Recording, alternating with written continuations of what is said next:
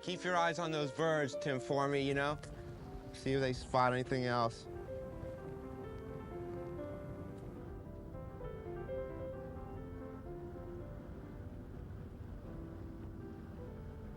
Keep going, keep going.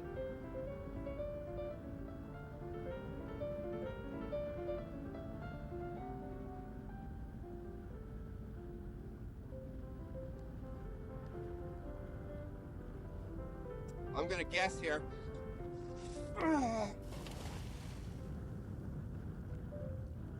Wait. Look more calmly.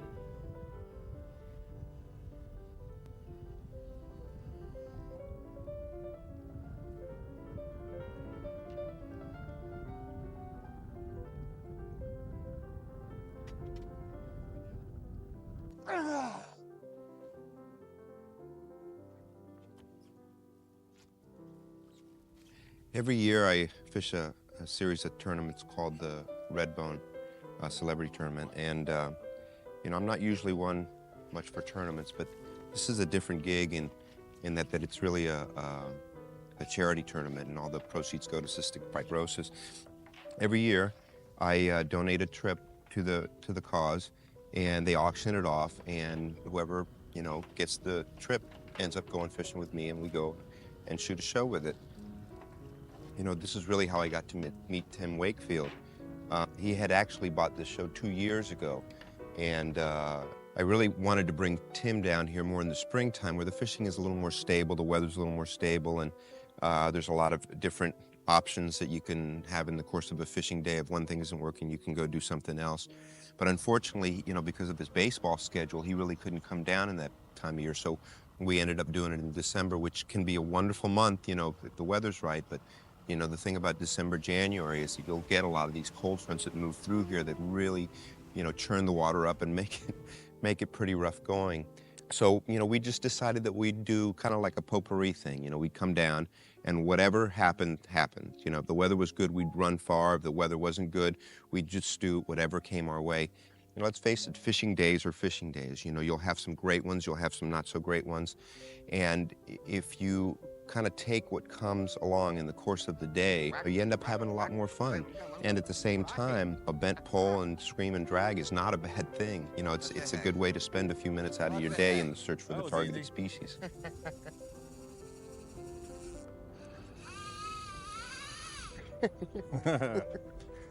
Well, it's rough, but it's worth it. Oh, it's way worth it. And there's a certain excitement in being out in all this slop, you know? It beats working. You said it. Hey, how you doing? Evening. I'm already at the back. That big. Didn't think he was either. Yeah.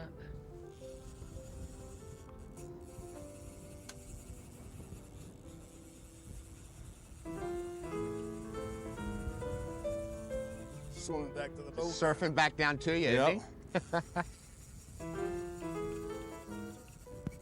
There, I got the line back. Whoa, nice little boils here, bro. You know what it is, too, Tim? He's fighting that, you know, the current's like screaming to right, the east. exactly. And so, bro, if you think I'm gonna be chasing a lot in this thing, you're like... You did say it wasn't gonna be easy. No. But you know, there's a certain challenge in doing it when it's rough and skunky. Like I said, could be doing something worse. Yeah. Attaboy. Wind him down a little bit more. Yeah. Trying not to let him get down too far. Yep. Make some shorter pumps. There you go. Attaboy. There you go. And come on up this way if you can. Attaboy. Stop you, Billy, I got a problem. Yeah.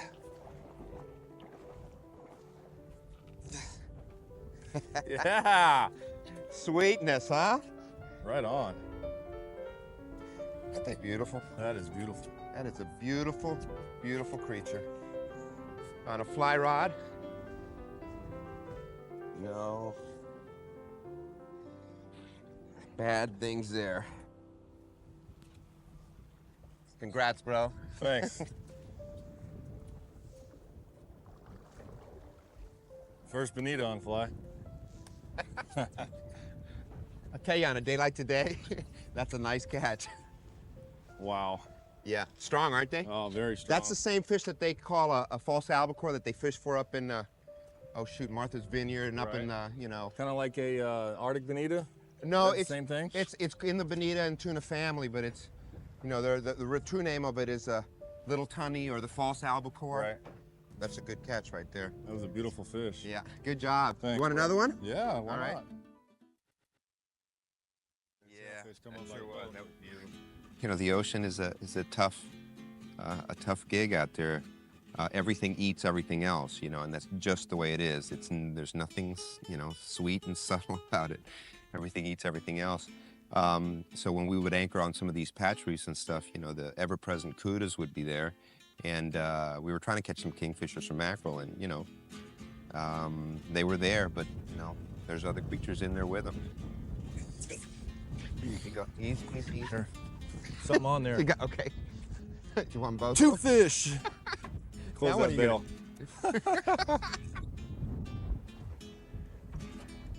you bail.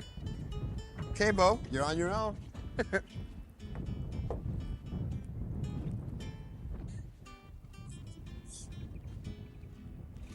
All right, this one's up. Nice All right, grouper. cool. Grouper. Little bitty black. And let's see what we got on this one.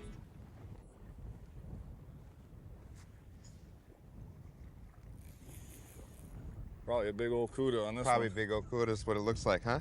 Sweet, huh, Tim? Yeah. You little Cool. guy. All right, bye, little guy. Grew up to be a 20-pounder. That's looking mackerel-y to me, man. Yeah, it is. Shaking his head pretty good. Yeah. Oh, shoot, the kuda's got him. You bad boy. Dadgummit. Bad kuda. Evil. Got his tail. Yeah, he got his tail. Wow. Nice mackerel, too, man. Well, does that count as 1.5 fish? Well, I say Or- that counts about as the 2/3 fish. No, the grouper. Oh, the and a half a mackerel. 1 2/3. 1 2/3. The kudas are notorious for doing this stuff, man. It's looking awfully silvery to me. Yeah, I know. It looked like something was on it too. Oh, man, you evil kuda. Look at the size of this mackerel. Careful, careful. Get away from him. Get out of there, bad boy. Well, that It was, was- a big mackerel. Actually, that's a kingfish. Oh, kingfish. Yeah. Huh? Well, Cool. You gonna smoke him again? well, he's not going to swim very much with his tail like that. Poor guy. Look at that perfect hook set too. Yeah.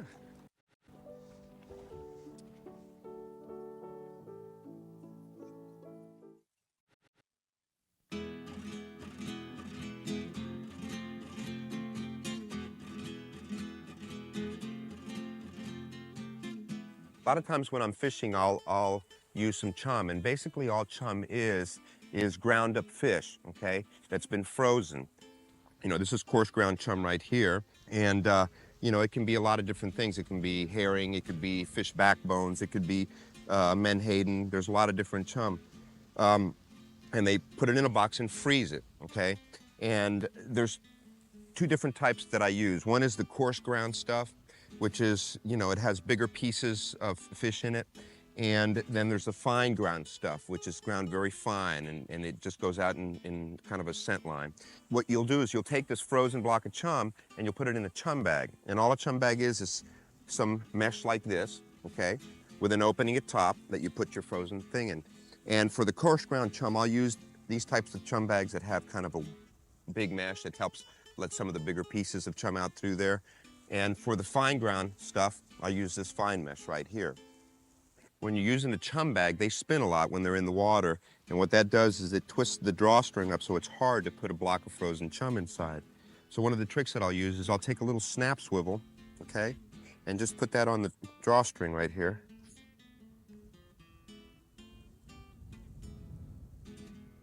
okay? And then I'll tie a little piece of mono to the swivel, and that actually goes inside the boat. And what that does is it let that chum bag spin free so that it doesn't get all the twist in. It's easier to put the block of chum in and out. And basically what chum does is it attracts fish to your boat. And it does it with a variety of different ways. As the salt water thaws, the frozen chum, first the smell, you know, the oils in the fish kind of rise to the surface and the wind kind of carries that out over the water. And that attracts fish from a long distance away by the smell. As the fish get closer to the smell, all of a sudden they'll start seeing the little pieces of chum that are floating through the chum bag in the water, and they'll start targeting, you know, getting closer and closer to your boat. And what you're hoping to build is a school of fish right behind the boat, okay? And a lot of times that school of fish aren't necessarily your targeted species, you know. You may be fishing for tunas or kingfish or cudas or things like that, which aren't gonna really be affected that much by the chum. However, what happens is that you bring schools of bait fish that are attracted by this chum, which in turn bring the larger, more predatory types of fish that you're looking for.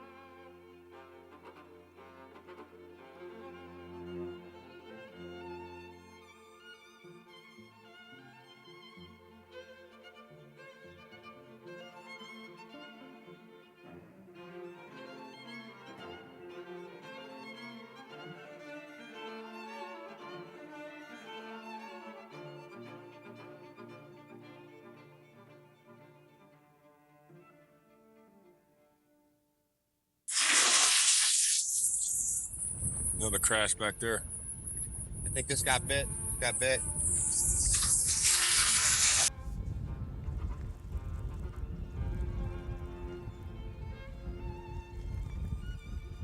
Here, I'll get that. I'll get that, bro. This one just got bit. Bite. Can I help you in any way? You gotta switch Which way? hands. Switch hands. That one in that hand. Now what? How am I gonna reel? I don't know. Stick one in the rod holder. Okay, you're careful. Go over the top. No, over the top. There you go. Wind with there. Wind with your left hand. Good. Good. Wind with your right hand. Oops, this one just came out. Oh.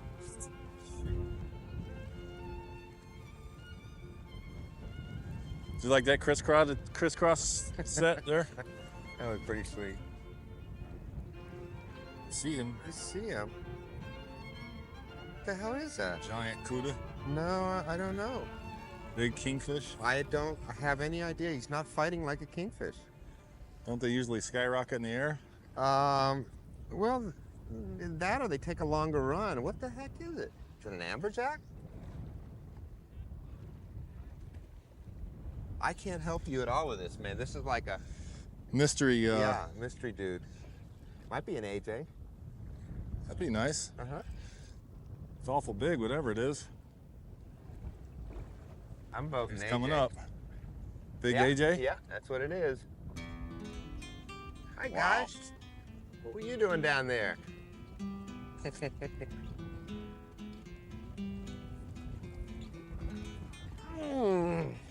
Sweet, huh? That's a beautiful fish right there, boy.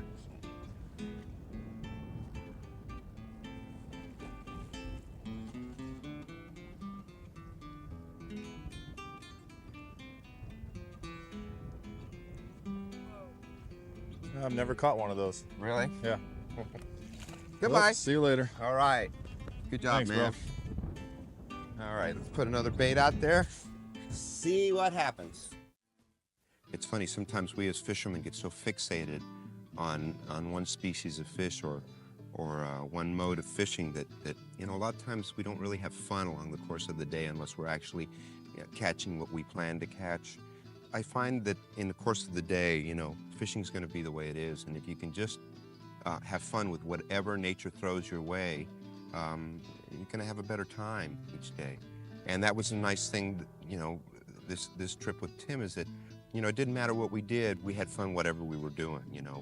We would check different spots, we would go out and fish in the deep water, and we'd catch a few bonitas, and then that would kind of slow down, and we'd change, and we'd fish inshore a little bit, and we'd catch some kudas and little kingfish and, some bottom fish, and, then we'd go to another spot, and we just kept trying different things, until we got into a zone where we started catching, some of the bigger fish that we were looking for. We were looking for some, nice large fish, and we ended up hitting one deep spot where, everything seemed to kind of come together. We caught some, big amberjacks, and we had some, good bites from some other larger kingfish, and, we finally ended up, with the tuna, which is what was our targeted species, or one of our targeted species.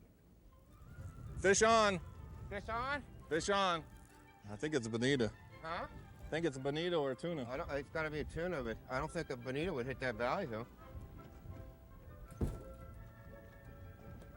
Tuna shake their heads like that? I don't know what it is, Bubby. To be honest with you. One of the two things. I don't want. Yeah. Where you go with it? Did he take off any line? Yeah, he did. A lot? He ran off. He ran quite a bit off at first, and then he started swimming towards the boat. Wonder if it's a kingfish or something. God, I've got a mono leader on there, so.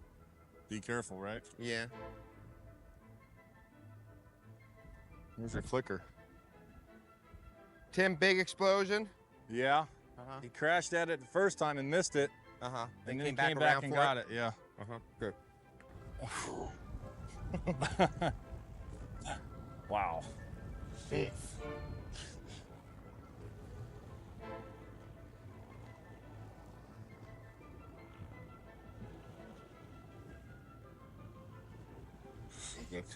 I can't get him. I can get him in. You can pressure him a little bit harder. I can? Yes, you can pressure him a little bit harder. Not a lot, but a little bit, Like trying to pull a little Volkswagen through the water. Well, they're tough.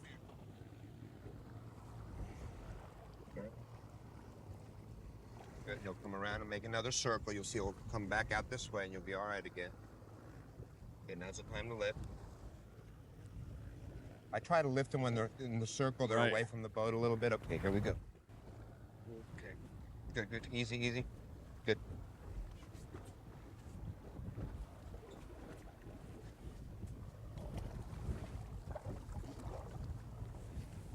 Awesome. Targeted species. Wow. Beautiful guy, huh? Beautiful. Isn't that the gorgeous, Look at the lines fishy? on him. I love these guys. I wonder why they're so strong.